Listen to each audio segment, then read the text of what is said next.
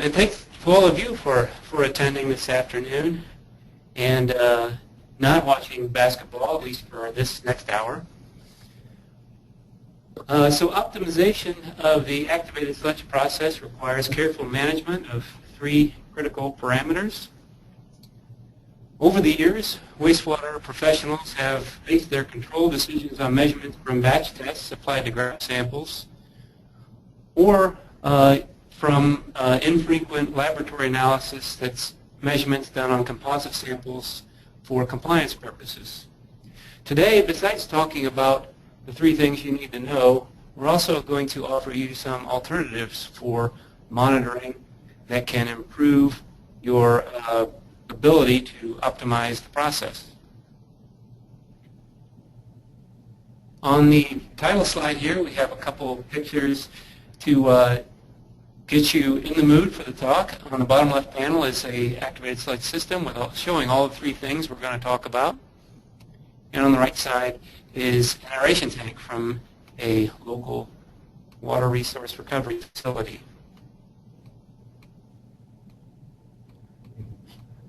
So, taking a look at this cartoon here showing the basic elements of the activated sludge process, the aeration tank, and the final settling tank. There are three things we can do to control this process between these two elements. One is the air, the aeration rate. Another is sludge wasting through waste-activated sludge. And the third is sludge recirculation, either through return-activated sludge and or internal in-silica recycle for nutrient removal. We'll dive into each of these topics a little deeper as we move along. But before we do, I want to introduce a little bit about one of the greatest inventions of the 20th century, that being the activated sludge process. It was spurred by rapid industrialization in the early, late 19th and early 20th century, and had many beneficial effects, especially for public health. Although a gentleman named Ardern and Lockett are generally given credit for invention of the process due to their papers published in 1914, its development was actually the culmination of years of research and discovery. Early on, researchers had discovered that aeration had beneficial effects for odor control, but the treatment ability was less than needed. Other researchers had discovered that the growth of this humus, what they call it was humus, we might call it biological growth, did have some beneficial effects for removal of pollutants from wastewater. But what Ardern and Lockett had discovered was that by retaining the solids in the system and recycling them back into the aeration tank, the solids were said to be activated, and thus the name activated sludge came about.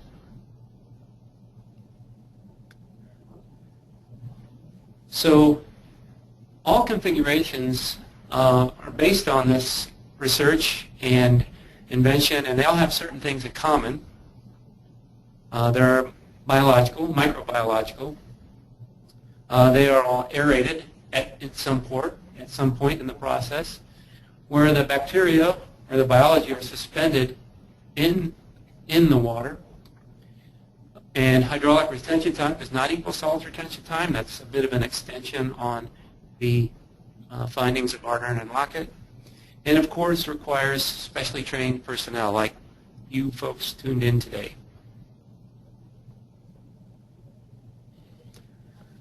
So let's start with a discussion of aeration. Looking at this chart here, which is kind of a general relation of the ORP on the horizontal axis, we know that we can say that aeration controls the biochemical environment. So, for instance, on the positive side of ORP is where we would have oxic conditions. On the negative, somewhere on the negative side of ORP, we would classify as anaerobic conditions, and then in between is a region we call anoxic. And so depending on what you're trying to accomplish, each of these zones are important. So nitrification, for instance, takes place exclusively within the oxic zone because the bacteria require dissolved oxygen. BOD removal, on the other hand, is done by a lot of microorganisms that can be active under anoxic conditions as well as in oxic conditions. When we start talking about phosphorus removal, phosphorus uptake also can occur oxically and anoxically.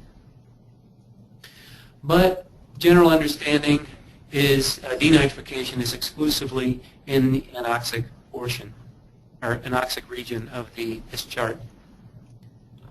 Moving over to the anaerobic zone then, phosphorus release, again the second part important for biological phosphorus removal occurs in the anaerobic zone. And then fermentation, which is important for sludge treatment but also for biological phosphorus removal, also occurs in this zone.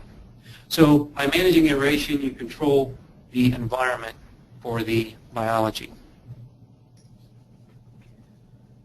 So looking at it a little more specifically, we take a look at this chart which shows reaction rate versus dissolved oxygen concentration. And for nitrification, the curve shown here relates how that rate is related to dissolved oxygen. And it shows that from 0 up to 1, 1.5, 2 milligram per liter DO, an increase in the DO concentration results in a proportional increase in the reaction rate. Beyond 2 milligram per liter, an increase in the DO concentration does not result in an appreciable increase in the reaction rate. And a number we can maybe classify this using this number here, which is the DO concentration at which the nitrification rate is 1/2 of the maximum rate, 0.75 in this case. CBOD removal, the curve for that is shown here with the black line, and this function occurs with at the maximum rate occurring at a DO concentration of 0.3 DO. And so taken together, these curves mean that control of nitrification also ensures BOD removal and establishes the basis for maintaining DO at or below a 2 milligram per liter set point.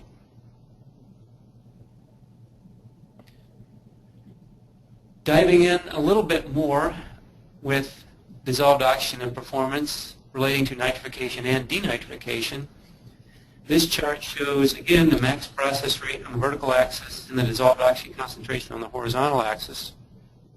The blue line is the nitrification rate. Again, it should look pretty familiar. It's very similar to the last chart.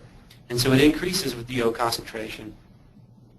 But the magenta line, which is the denitrification rate, is new to this chart, and it shows that a higher dissolved oxygen concentration actually reduces the denitrification rate. So by maintaining too high of a DO concentration, you can also compromise denitrification.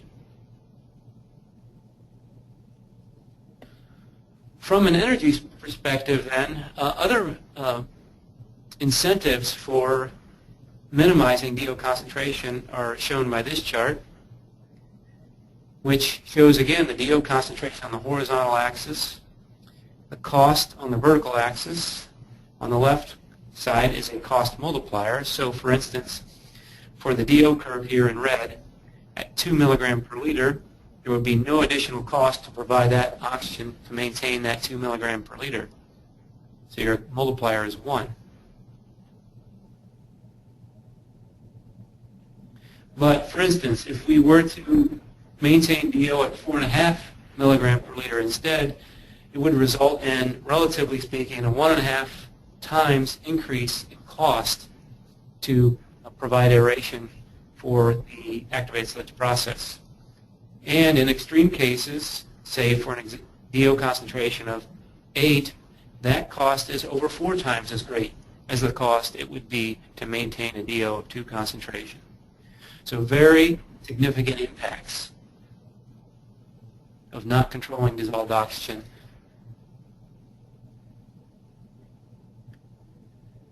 I did promise we would talk about dissolved oxygen measurement and ways to control the process, alternative ways to control the process. The method here, ASTM, defines a means for measuring DO with an optical method. And it has a lot of advantages over the traditional membrane-style polarographic dissolved oxygen measurement. Very stable calibration, lower maintenance, there are no membranes to replace, no electrolyte to replenish, no sulfide interference, and a very good accuracy. So these are all improvements over the polarographic style of measurement. On the right-hand panel then is an example of a continuous online dissolved oxygen sensor. See, there is a light source on the inside that reacts with a fluorescence layer on the underside of this removable, replaceable sensor cap. And that reaction establishes the relationship between a fluorescence, for example, and dissolved oxygen concentration. This sensor is digital such that the calibration constants can be uploaded to the system through this chip built into the sensor cap. Now, for portable or benchtop applications, there are other benefits of optical DO. One of those is no stirring requirement and no warm-up requirement. So for spot sampling, for example, optical DO is just as applicable as it is for online process monitoring.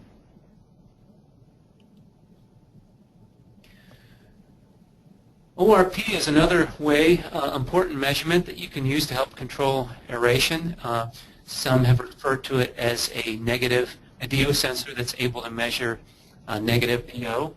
But that aside, just looking at the technology itself, we've got 2 electrodes connected between the sample through a voltmeter and a reference electrode with a junction and a measuring electrode, an YSI, with a membrane. The difference in millivolts between these 2 electrodes then establishes what the oxidation reduction potential is, and it could be positive or negative. Again, there are continuous and spot sampling applications for ORP measurement. The continuous probe shown in the bottom right, and very easily incorporated into a spot sampling instrument as well.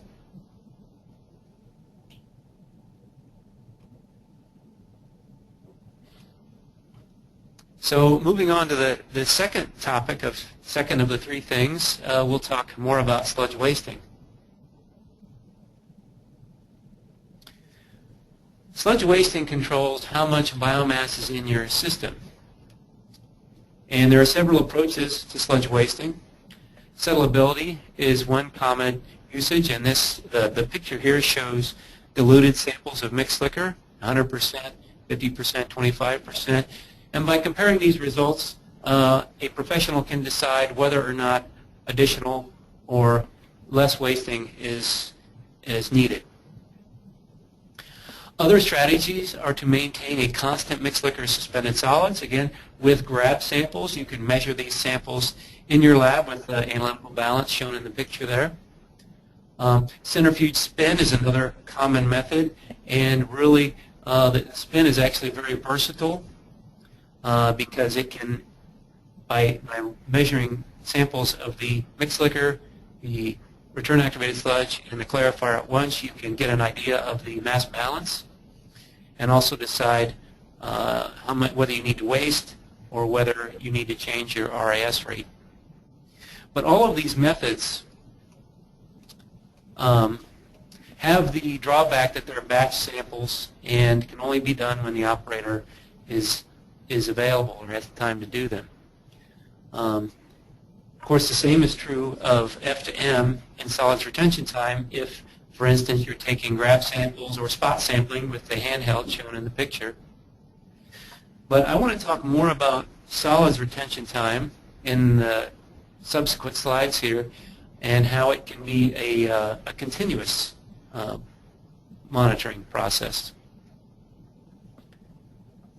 So we have another cartoon here showing, again, an aeration tank and a clarifier linked by the return activated sludge.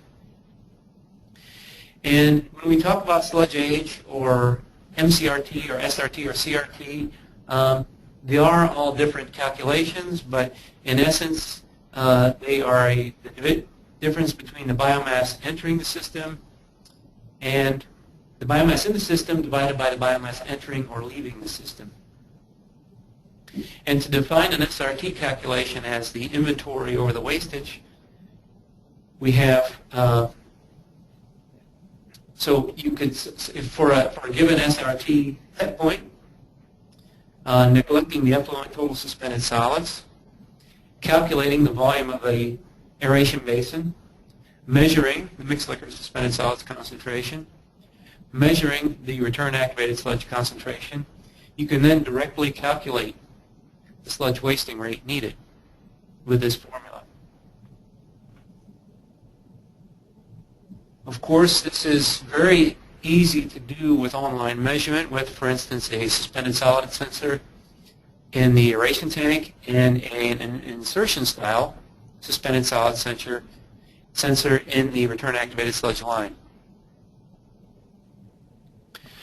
So what should be the target SRT? Well, it depends on your treatment requirements, and I'm going to give you some general guidelines here. And so as the number of functions increase, the target SRT has to increase. So for instance, with DOD removal only required, you would have a lower SRT requirement than you would for COD removal and nitrification, and that would be lower still than what would be needed for DOD removal, nitrification, and denitrification, and up to a maximum of COD removal plus nitrification, denitrification, and biological phosphorus removal.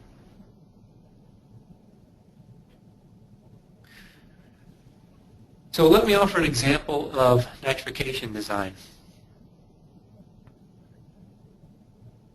This chart here shows nitrification SRT versus temperature on the horizontal axis. And the line there is a plot of an equation that defines that relationship so that the minimum SRT for your system depends on temperature. For instance, between 20 and 12 degrees C, which might be typical wastewater temperatures. Of course, that being the minimum SRT, we want to make sure we give ourselves a safety factor. So a design could be based on something, a safety factor, for example, 1.5. And so we would be able to control nitrification by maintaining our SRT between 6 days at 20 degrees Celsius and 12 days at 12 degrees Celsius.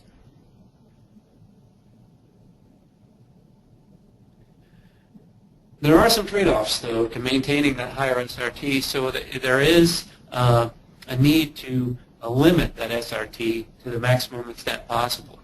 So if we look at this chart here, it shows ammonia removal efficiency versus sludge age. And so a higher number is better. And in this case, in the blue area here, we have inadequate ammonia removal. And in the red area here, we have ammonia removal but excessive sludge age, leading to higher power consumption. And so the optimum sludge age is somewhere in between that allows you to achieve nitrification without excessive energy consumption.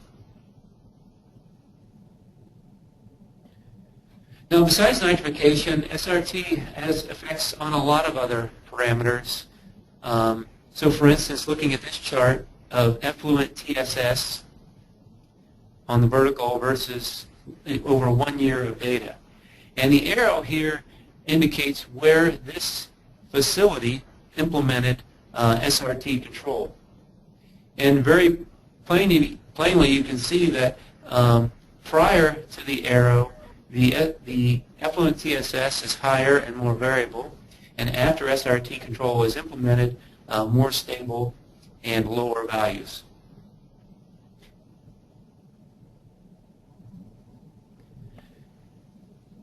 When it comes to solids measurement then, of course the gold standard is the laboratory gravimetric technique, but for faster measurements there are optical ways of measuring solids, and there's a couple technologies. Be they reflectance or absorbance. The measurements are fast and simple, which is very desirable. But if you have an online instrument, it is also factory calibrated and low maintenance with integrated cleaning systems. So for example, with the Ultra Clean technology, which is on this TSS probe shown here. Spot sampling is also very commonly done, and it can be done with a handheld like this one shown here. But one caution I want to offer is that the TSS, the spot sampling sensor, is generally not factory calibrated, and so needs to be calibrated in the lab before taking it out to the basin. So especially when you're verifying measurements, you want to have a properly calibrated handheld sensor.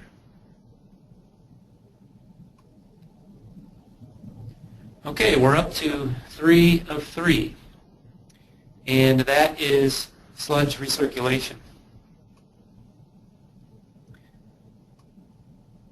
So one reason for sludge recirculation is to control biomass distribution. And RAS flow is critical to clarifier performance. There are a couple methods that are implemented. One of them is constant flow method. And in this method, you set the RAS flow rate manually. It's basically open loop control, and only changes when you go to make the change. A feed-forward control of controlling RAS flow is to set it proportional to the wastewater flow. So, for example, 50% of the forward wastewater flow. The drawback to constant percentage is that you'll get the highest loading, clarifier loading, at the highest flows, so really at the worst possible moment. But constant flow, on the other hand, is most applicable then to smaller facilities. Now, whichever method you're using, flow rate control can be based on a number of different approaches. I'm going to talk about one approach, the sludge blanket depth approach. And this diagram shows, again, a clarifier with the wastewater flow plus the RAS flow coming in, and the RAS flow and the effluent flow going out. On the right-hand panel is a flux curve. Forgive me, this will be something that's more familiar to engineers, but it's a very simple principle to understand. And the idea is that this flux curve defines the quality of your sludge. And the idea is to maintain your operation below the curve. So let's look at an example. If we plot wastewater flow and RAS flow on the chart, the intersection of those lines is our mixed liquor suspended solids concentration. In this example, that RAS flow line is outside of the curve, and the result is that sludge will accumulate and the blanket will rise.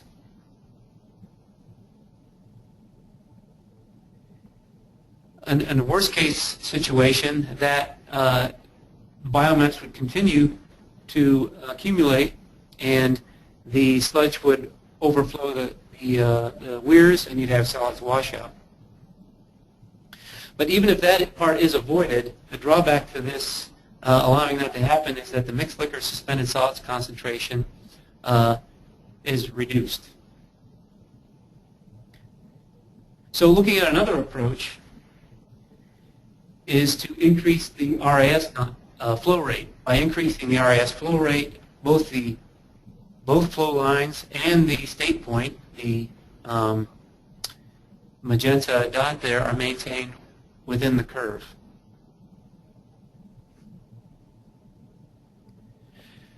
For sludge blanket depth measurement, there are a couple of options. On the left-hand side is a visual measurement, which I'm sure many of you are familiar with. It's a sludge judge, and basically it's a core sample that you put into the clarifier and pull it out and read how deep the sludge is.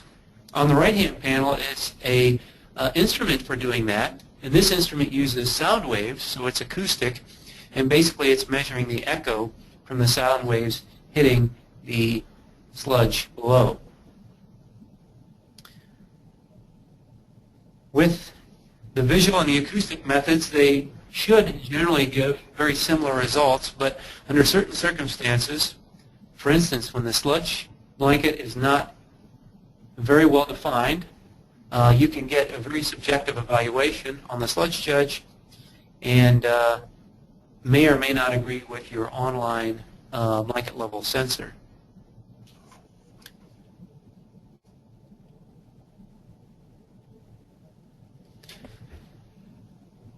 Sludge recirculation for control of denitrification is the other important thing. Nitrate is the critical measurement in this case, and the diagram here is a denitrification configuration, and so the optimal location for nitrate sensors in this is to have a nitrate sensor at the end of the anoxic basin and a nitrate sensor at the end of the aerobic or oxic basin. And taken together, the measurements from this can help you to meet the three objectives for denitrification, and that is meeting nitrogen limits, of course, maximizing the use of wastewater COD, and minimizing the external carbon dosage, which is very expensive. For nitrate measurement, there are also ISEs for that. So again, a potentiometric method where difference in potential between a measuring electrode, an ISE, and a reference electrode are measured, and these are then correlated to an ammonium or nitrate concentration. And the benefits of newer technology are that multiple electrodes can be fit on this probe, so you can measure ammonium and nitrate simultaneously, and also compensate with a potassium or chloride probe. They are reagentless, have a stable calibration, electrodes are replaceable, and there's a large measuring range.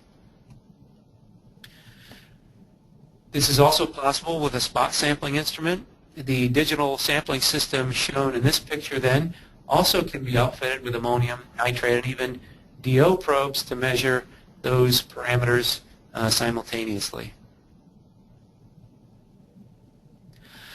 I want to offer another way to measure nitrate, though. ISEs do have electrodes that need replaced from time to time and are not factory calibrated. An optical method for nitrate monitoring is shown here. Basically, it works by measuring the absorbance in the ultraviolet range. Nitrate absorbs ultraviolet light. Two different versions are offered, a multi-wavelength spectral instrument, which is factory calibrated, or a single wavelength instrument, which requires a user correlation. The picture on the right side then is an online instrument in the mixed liquor, and the inset there shows the measuring gap where the measurement happens, and it also can be outfitted with integrated cleaning system.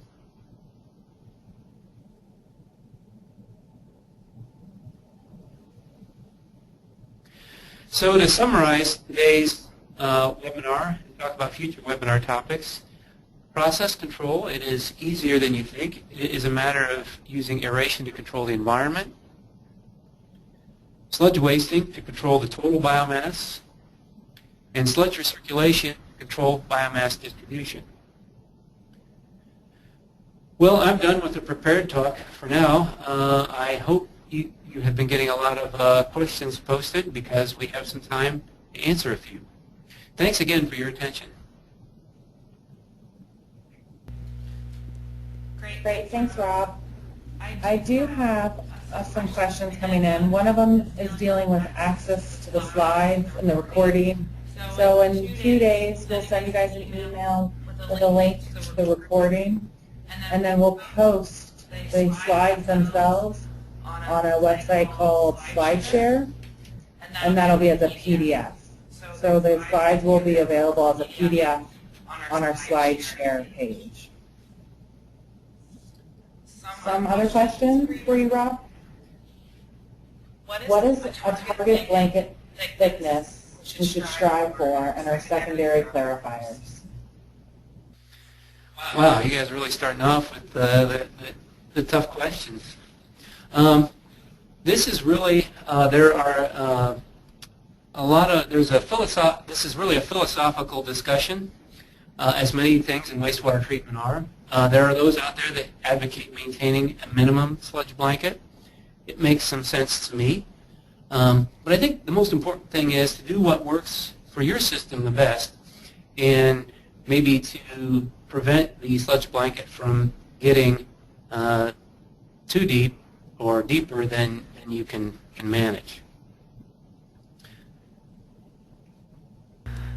I like philosophical debates about wastewater. Another question for you, Rob.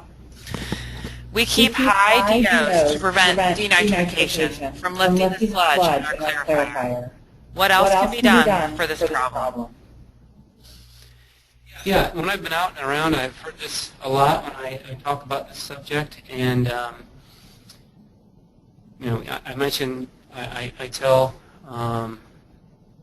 people that you should always maintain minimum DOs, and 2 is enough, and then they'll say, well, if we keep that low of a DO, we'll be popping sludge out of our clarifier, and that is a genuine problem. So a couple things you could do, again, if it's within your capabilities there, your equipment and such, is maintain minimum sludge blankets. I guess so. This nice little follow-on question to the previous question. But also, if you have the capability, maybe do some denitrification in the front end of the aeration tank with maybe an oxic tank. I know some of our customers have taken that task on themselves. They basically built a small anoxic zone into their aeration tank, and it's worked out really well for them. Okay, thanks, Rob. Next question. Can nitrate measurement also be used for aeration control? That's another very good question, and it can be. I mean, obviously, your nitrate is a product of nitrification, so as ammonium goes down, nitrate goes up. But more commonly, it is the ammonium that's measured for aeration control, so that for instance, as the ammonium concentration goes up, the aeration rate increases, and when your ammonium concentration goes down, the aeration rate decreases. But I suppose maybe the opposite could be used to control aeration via nitrate measurement. Good question. The next question deals with instrumentation. Sorry about that. The next question deals with instrumentation. How reliable are the probes, and how does an operator know when results are drifting? Well, reliability is reliability is good. I mean, compared to the traditional styles, especially with let's talk about dissolved oxygen. With dissolved oxygen, for instance, an online sensor, a calibration can last for 2 years. So there you've taken the calibration out of the equation. But also as far as maintenance goes and cleaning, no longer are we talking about replacing membranes and such. You really just have to clean off the sensor cap or the sensing element so that oxygen can interact freely with that fluorescence layer behind the sensor cap.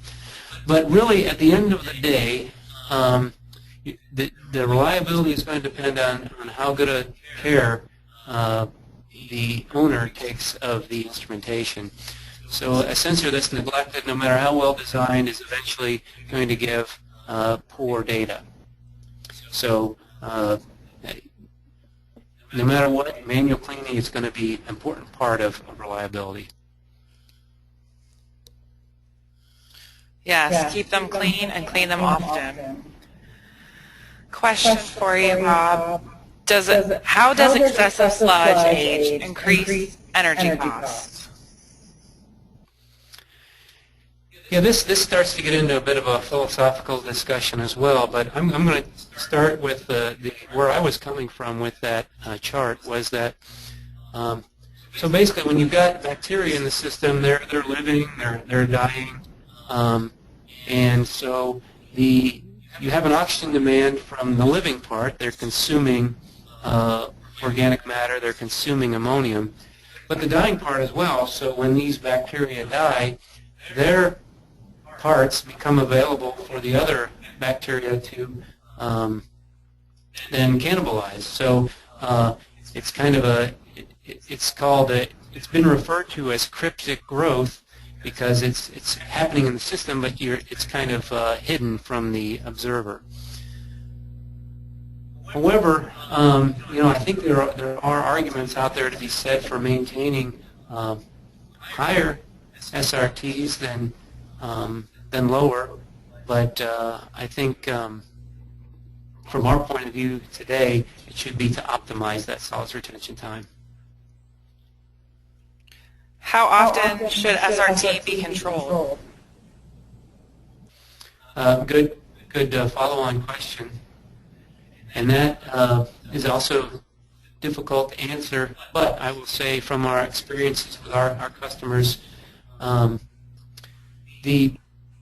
lot of utilities are very reluctant, for example, to automate their SRT control, and the concern is that they'll waste too much or waste too fast or whatever, and that is a concern. But generally, if you are automating SRT control, you want it to be very slow, and so, for example, you want to take an average of many measurement points, maybe even days worth of data, in order to track your SRT. However, I do know there are utilities that update their SRT set points on 15-minute intervals, and they have success with it. I think the important part, regardless, is having transparency in the system so you can see when there are problems and act on them when needed. And, of course, keeping the sensors clean. We are getting a lot of questions coming in, so I appreciate that. We'll try to get to them. Staying on SRT, how does SRT control improve TSS? Yeah, I was waiting for somebody to ask that question. And so, really, it's a matter of controlling the sludge quality. And again, this can get into the philosophical range as well. But here's my understanding, and you may disagree or comment. But the sludge quality is really what affects the settleability of the sludge. And by, say, for example, not controlling SRT, that sludge quality, the properties of the biomass can vary. For example, the settleability, flocculation rate, compaction rate. By maintaining an SRT, you find an SRT that works, and you keep your system at that SRT to keep it functioning properly. Good question. Yes, again, staying on the subject of sludge retention time, you showed a chart for target SRTs, and with, I guess, long winter we've all had, do you know what the target should be if our average temp is 10 degrees Celsius or less? Yeah, thanks for the question. Well, it's going to depend on what you have to do. So if you have to do nitrification, for example, going back to the chart we showed earlier, the target SRT would be more than 12 days, and I think that's pretty much in line with a lot of utilities. If you do not have to do nitrification, though, much lower SRT could be could help you to achieve your goals and reduce your energy consumption and maybe even the number of reactors you have online. Good question. Thank you. Going into instrumentation questions, how frequently do wastewater treatment plants recalibrate their TSS inline sensor? Since calibration is dependent on aqueous sludge, readings will change, and will the TSS need recalibration? Well, there's a lot of different approaches to this. As I mentioned, an online TSS sensor can be factory calibrated. So if your mixed liquor properties are similar to what's in the factory calibration, plug it in, and you go. Recalibration intervals then would have to do with one, whether your sludge changes, and that may happen seasonally. So, for instance, you might need a recalibration for winter and summer conditions. But also, of course, with age, the sensor optics are going to age a little bit, and of course that's going to be a much slower process, but you'll know when you're drifting apart by keeping a good record of verification measurements with, for example, a calibrated handheld or good graph samples measured with good laboratory practice in the lab. And that's how you'll know when it's time to calibrate your TSS sensor. And one other important thing, I guess, is your tolerance for inaccuracy. I think 100 milligram per liter will be important to some and not so important to others. So really, your expectations also define what that interval needs to be. Thanks for the question. One more instrumentation question. We have DO probes installed at the beginning of the aeration basins. Should they be moved to the end of the aeration basin?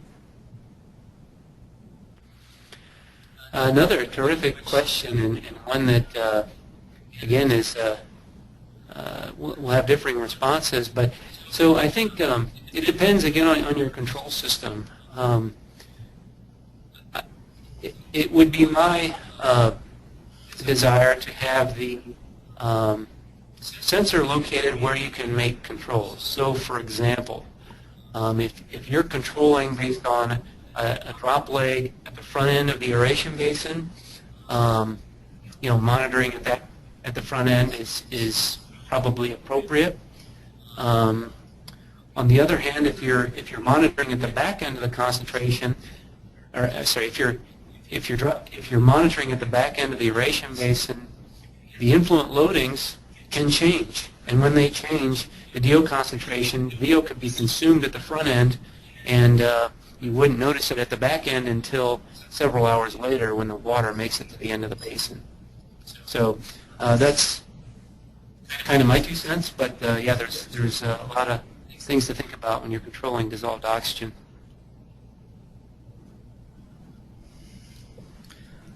Next question. With phosphorus removal becoming more and more important to our area, how does DO concentration affect phosphorus removal? Thanks for the question. Yeah, so I think early on I had a chart there that showed that, well, first of all, let's talk about phosphorus removal. Let's talk about biological phosphorus removal. It requires P release, and it requires P uptake. So from that chart we showed early on, we showed that P release occurs in the anaerobic region. And so by controlling DO to, obviously you want DO to be 0 or near 0 in that region in order to have proper phosphorus release. At the other side of that then is phosphorus uptake, and that occurs under oxic conditions. Now this may violate the 2 milligram per liter set point that I mentioned earlier, but it may be an exception. At the front end of that aeration tank, the general consensus is that you want the DO concentration to be not limiting so that you get the maximum phosphate uptake. And in that case, it may be desirable to have a higher DO than 2 milligram per liter. When it comes to chemical phosphorus removal, which we haven't talked about much today, I think that the DO concentration is a little harder to establish a relationship. It's probably going to be, the DO concentration is going to be controlled by other processes. But good question. Thank you.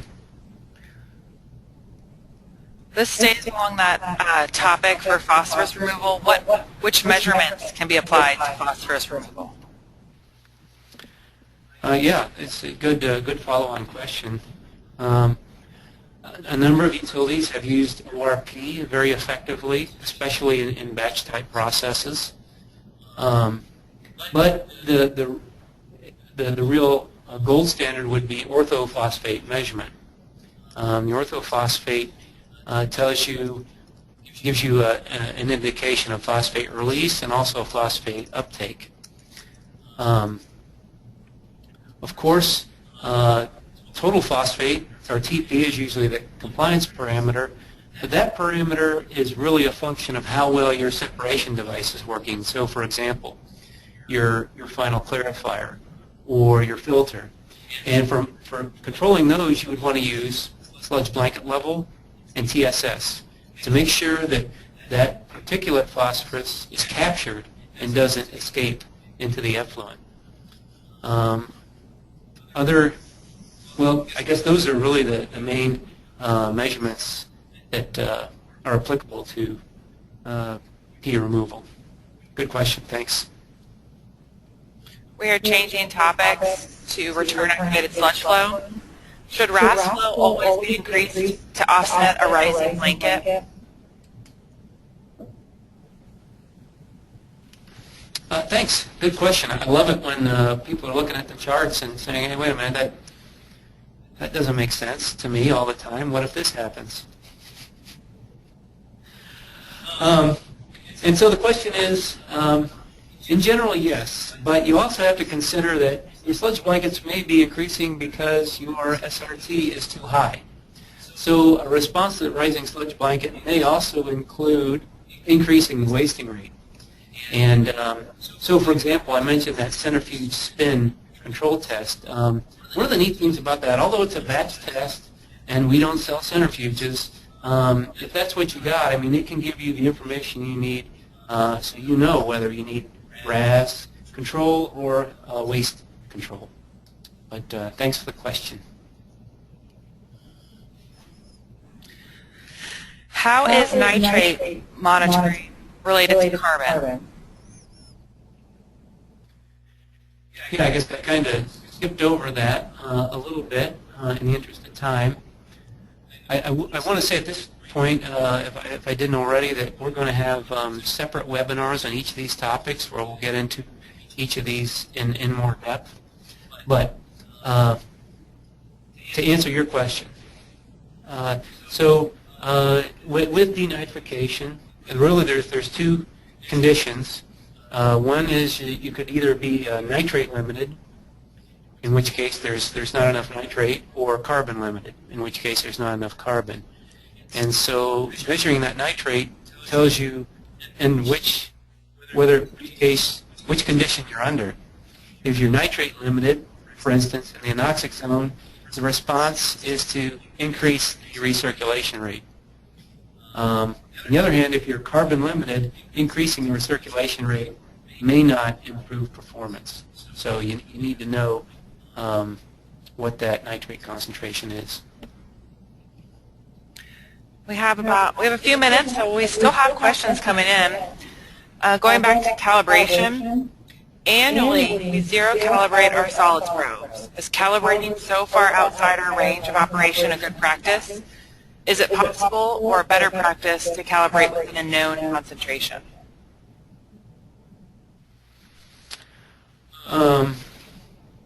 So the question is it better to calibrate with a standard solution than in the process? What's the best calibration? They annually zero it? Is that a good practice? Or should they calibrate closer to their measurement range? Okay, thank you. Well, I mean, that kind of depends on your instrument. So, for instance, I know with the handheld I showed that that's one of the methods of calibrating it is a zero calibration. But for the continuous measurement we showed in the slide there, I think it's the zero really is unless you happen to be measuring in the effluent, the zero is not that important. You really would probably benefit by calibrating within your normal operating range. So if zero is near your normal operating range, then yes. But otherwise, I would say probably not. Thank you. All right. Next question. This goes back to the graph that you showed the flux curve on. Can you explain briefly again what the flux curve represents when discussing mixed liquors, suspended solids, and raspberry? Terrific question. Yeah. So that curve really represents the quality of the sludge. It's actually very easy to generate, and I would encourage you to do so. Really all you need is a settling column and take some measurements over time. And it's defined very well in a WRF protocol. But so that flux curve then defines how well the sludge settles. So what is the quality of the sludge? And so it gives you a region over where you know, basically it gives you a mass balance. It gives you a way to instantaneously calculate your mass balance because within that curve, by plotting the flow rates for any condition, you can know under what condition you're operating. So for example, the example I gave was thickening failure, where that RAS flow rate curve is outside of the flux curve. So let's take the extreme example. If we had plotted those two lines and that point, that intersection, had fallen above the curve, so outside the curve, that is a very serious condition. That's clarification failure, and basically all your clarifiers just become a white spot in the line. It's a complicated topic. I hope I've helped to answer that a little bit, but I'd be happy to address it offline with anybody that's interested. Thanks. Some of the remaining questions are pretty process specific, and we might need to take them offline. Here's one more that I'm going to toss over to Rob. What is the desired retention time in an anoxic zone? Good question. Again, that depends on what you're trying to achieve. So for denitrification, I think it's not uncommon for that anoxic zone volume to be up to 40% of the overall aeration tank volume. Could be less. And a lot of it depends on how you're operating the system. So for example, let's take the case where, this is a perfect question. Let's take the case where you're operating your oxic zone at 6 milligram per liter. And when it leaves the clarifier, you're still at 4 milligram per liter. So that return activated sludge is going back to the anoxic zone with 4 parts per million of dissolved oxygen. That is going to eat up your anoxic zone volume, if you will. So you're essentially losing anoxic zone volume by putting that high DO RAS back into the anoxic zone.